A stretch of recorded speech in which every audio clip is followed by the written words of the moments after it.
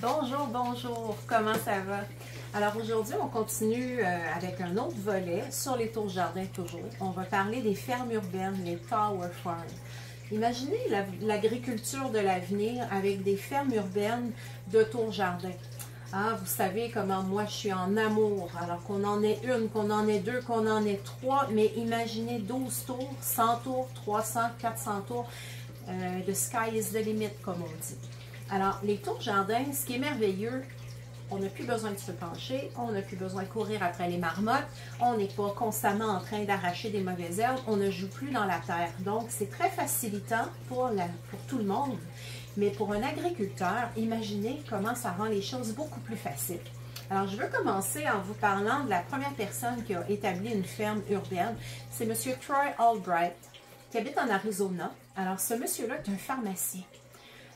Très proche de sa communauté, qui a à cœur que sa communauté soit en santé et mange sainement, mais qui s'aperçoit que, bon, c'est plus la malbouffe qui est au menu. Alors, comme il en avait un petit peu marre, il a dit, qu'est-ce que je pourrais faire, moi, pour changer ça, pour apporter une contribution à ma communauté? Alors, il a décidé d'ouvrir une ferme urbaine. Alors, il a démarré sa ferme urbaine avec 300 tours et avec 300 tours, il arrive à nourrir à chaque semaine 400 familles et plusieurs restaurants différents dans sa communauté. On a aussi une dénommée Catherine Grandet, qui elle est plus dans la région de la Floride, une femme d'affaires qui avait un très bon emploi, qui avait des enfants, puis pour elle, elle avait envie de trouver une solution afin d'être plus présente à la maison, plus présente auprès de ses enfants et travailler un moins grand nombre d'heures par semaine. Alors, elle a décidé de prendre de loin local une serre, 48 pieds par 48 pieds. Elle a mis 100 tours à l'intérieur de ça. Et maintenant, elle nourrit, c'est une façon de parler, mais elle fournit les grands restaurants, les grands hôtels d'Orlando en Floride, comme je vais devoir regarder ma feuille, mais le Ritz-Carlton, le Marriott, le Hilton. Et Catherine, ce qui est intéressant, ben, elle n'a pratiquement pas d'employés. Elle a un employé régulier. Elle a des gens qui viennent occasionnellement travailler avec elle. Et Catherine s'occupe de faire la livraison. Et ce qu'elle aime avec ses tours, c'est qu'il n'y a pratiquement pas de perte parce qu'elle est capable de calculer à l'avance toute sa production sur une année. Il y a même quelqu'un qui, justement, s'était amusé avec les chiffres à dire que Catherine va cultiver 135 000 plants dans son année. Imaginez la valeur d'un plant. Elle, lorsqu'elle va livrer une laitue, elle va livrer la laitue entière avec ses racines. Et si vous faites des recherches sur Internet, c'est toujours intéressant de voir que quand Catherine rentre dans un restaurant pour faire sa livraison de légumes, les gens vont dire « Catherine est arrivée » parce que ça sent. Hein, on le dit, les tours, c'est plus goûteux, c'est plus savoureux, c'est plus odorant. Alors, c'est un petit vent de fraîcheur lorsque Catherine entre dans un restaurant. Mais on a de plus en plus de tours, de fermes de tours, en fait, oui, au Québec. Alors, il y en a eu à Québec, évidemment, il y en a eu à Drummondville, il y en a à Montréal, il y en a en Beauce, il y en a sur la Rive-Nord, il y en a un petit peu partout parce que c'est accessible pour tout le monde. Imaginez, un petit local dans votre village, pignon sur rue, alloué. Ça fait des mois que c'est alloué, il n'y a personne qui est intéressé. Vous décidez, OK, moi j'entre là, j'entre avec 12 tours. J'aurai des tours de démonstration, une home, une flex, et puis à l'arrière, j'aurai 12 tours. Je prendrai 2 tours pour lesquels tout ce que je vais cultiver, je vais le remettre à des organismes communautaires. Moisson Québec, Moisson Laurentide, Moisson Montréal, par exemple. Donc, c'est une façon de recevoir à la fin de l'année des reçus pour vos dons qui vont vous aider à réduire vos charges, vos impôts, etc. Soyez imaginatifs. Et les 10 tours restantes, soit que vous allez vendre à votre communauté, où les gens pourront venir acheter au poids, soit des feuilles de salade séparées, des fines herbes, ou acheter les légumes en entier. Soit que vous déciderez de cultiver ce que les gens auront bien envie d'avoir, mais imaginez tout le potentiel. Alors, c'est vraiment intéressant. Et tout le volet éducatif, parce que cet endroit-là pourra devenir un endroit où les gens viendront faire des visites, où les écoles viendront faire des visites et en apprendre un petit peu plus sur l'aéroponie. Alors, c'est vraiment très large tout ce qu'on peut faire avec les tours jardins. Pourquoi les gens aiment aussi ce volet-là? En fait, moi, je me rappelle, il y a plusieurs années, j'allais déjeuner chez Cora et j'avais demandé à la personne en plein été, pourquoi vous ne servez pas des fraises du Québec? C'était les grosses fraises des États-Unis, tu sais, vous savez, celles qui goûtent rien, là. Et elle m'avait dit, on n'a pas le choix. on doit prendre des contrats avec les compagnies et on doit pour avoir les mêmes prix, ben, on doit acheter tout à l'année longue finalement. Alors qu'avec les tours jardins, ce qui devient intéressant, c'est qu'on n'est pas obligé de respecter la cohérence saisonnière. Vous le savez, nos agriculteurs, ils travaillent très fort, c'est extraordinaire ce qu'ils peuvent nous mettre sur la table comme légumes. Mais on a une période X. Alors, les restaurateurs, même chose comme chez Cora, ils vont être mal pris. Ils ne pourront pas nécessairement s'approvisionner à l'année avec ces gens-là parce qu'ils ne pourront pas les fournir. Alors, si on a une ferme urbaine, une petite ferme urbaine de 12 tours qui s'installe dans un quartier, ce propriétaire-là va aller rencontrer les restaurateurs du coin et va leur dire de quoi avez-vous besoin, à quelle fréquence, et il va être capable d'organiser sa production pour les fournir en basilic frais, en laitue, en roquette, en arugula, en tout ce que vous voudrez. Alors, c'est ce qui facilite les choses. Et par la suite, ben, les propriétaires de fermes urbaines vont entrer des semences, vont entrer des accessoires de jardinage. Alors encore là, soyons créatifs, mais c'est vraiment extraordinaire. Et ce que j'aime beaucoup aussi, c'est que maintenant, il y a des tours jardins, en fait des fermes de tours dans les aéroports. On les retrouve aux États-Unis. J'ai bien hâte de voir ça au Québec. Mais encore là, les restaurateurs qui sont sur place dans les aéroports veulent avoir la cohérence saisonnière dont je vous ai parlé, mais ils veulent également avoir des produits frais à portée de la main. Ils veulent que les gens veulent manger local. Ils ne veulent pas acheter des légumes qui ont transité sur plusieurs kilomètres dans des camions au diesel, donc énormément de pollution. Si ça pousse sur place et que c'est cueilli fraîchement le matin et on vous le sert dans votre assiette au midi, ben, tout le monde est heureux, puis en même temps, on fait un petit geste, un beau grand geste pour la planète.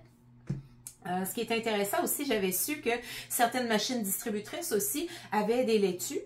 Au lieu d'acheter des chips, en fait des croustilles ou des chocolats, si je veux bien parler, on leur servait des bocaux avec des laitues fraîchement cueillies d'une tour jardin. Alors, moi, encore là, je dis toujours aux gens, soyez créatifs, soyez imaginatifs.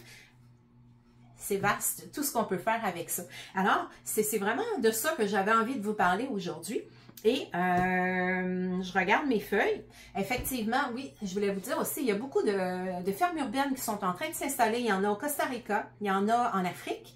Il y a une belle ferme urbaine de plus de 300 tours sur les toits à Paris.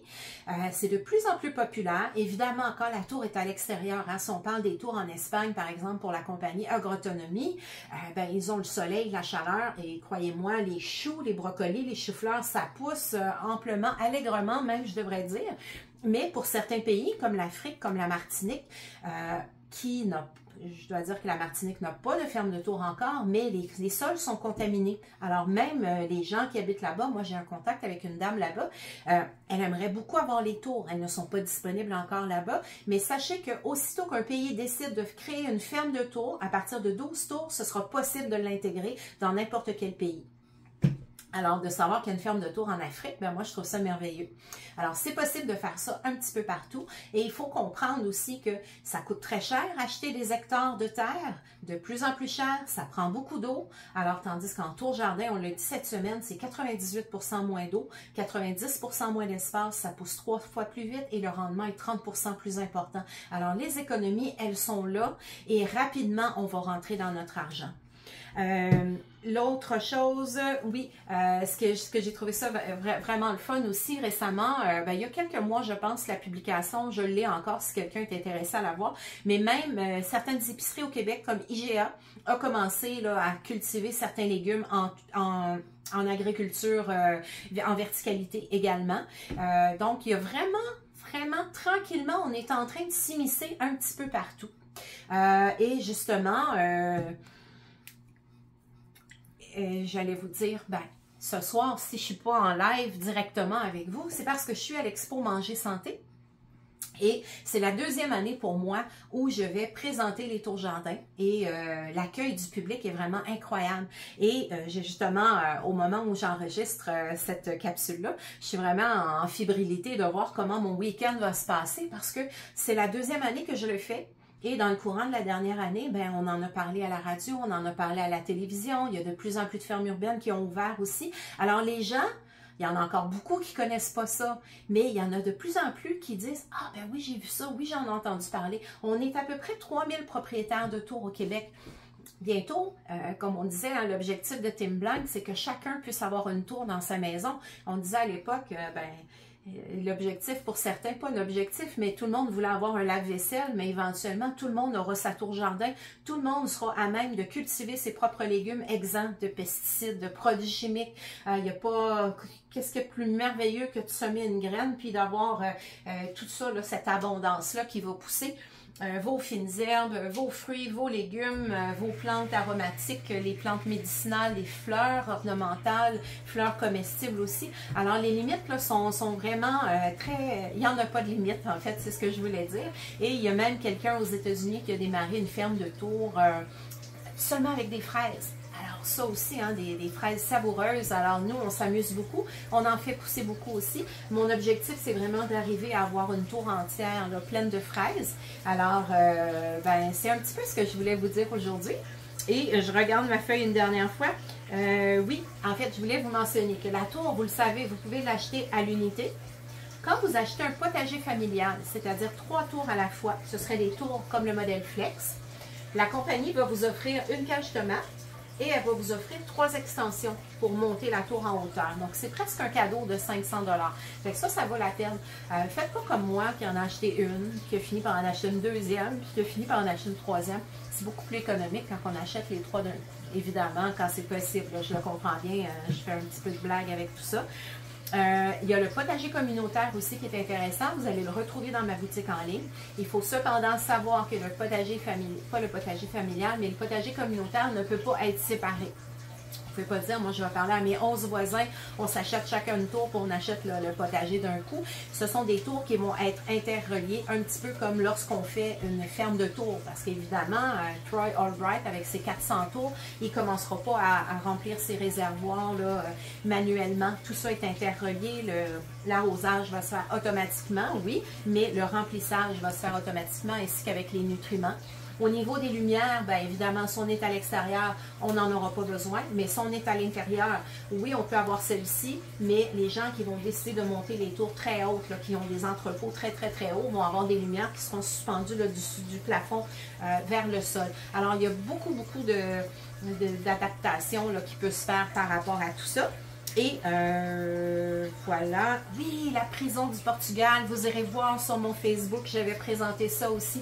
Il y a vraiment une prison au Portugal qui a décidé d'introduire 40 tours. Donc, les prisonniers vont travailler sur place, vont s'initier à la culture, au jardinage, ou poursuivre peut-être une passion qu'ils avaient déjà. Mais moi, je trouve que c'est merveilleux.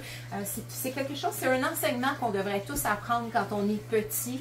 Apprendre que, bon, les plantes, c'est facile, les semences, on peut les récupérer, on peut faire pousser tout ce qu'on a envie. Et ben voilà. Alors, comme je vous disais, moi, je suis en ce moment en train de préparer le kiosque pour vendredi. Alors, venez nous voir à l'Expo Manger Santé, 15, 16, 17 mars à Montréal, au Palais des Congrès. Venez me voir. Si vous faites partie du marché virtuel, ben dites-le moi. Comme je vous le disais, on est toujours des distributeurs indépendants. Alors, si vous me suivez déjà, mentionnez-le, que vous êtes déjà avec moi. Puis, si vous décidez d'acheter pendant le marché virtuel, ben comme je vous disais, vous savez que j'ai un beau cadeau pour vous cette semaine. Et ben comme toujours, on a Kaya qui vient faire des siennes. Alors, on peut terminer. Sylvain va montrer mes semis. Alors, ce sera des semis, justement, là, qui vont être à l'Expo Manger Santé. Certains d'entre eux que je vais apporter. Ici, on en a des plus petits que je viens de démarrer. Ça fait 3 jours environ pour ceux-ci. Alors, je vous remercie beaucoup pour votre attention. Encore une fois, c'est toujours du bonheur pour moi de venir vous présenter tout ça. Et ça goûte le ciel, croyez-moi, ça goûte tellement bon. C'est de la fraîcheur. Hein? On peut cueillir une branche de persil, tiens, juste ici. Puis, c'est bon. Oh, mon Dieu. C'est une éclosion. Une éclosion, est-ce que ça se dit? Mais c'est une profusion. C'est de la saveur. Alors, je vous remercie. Bye bye.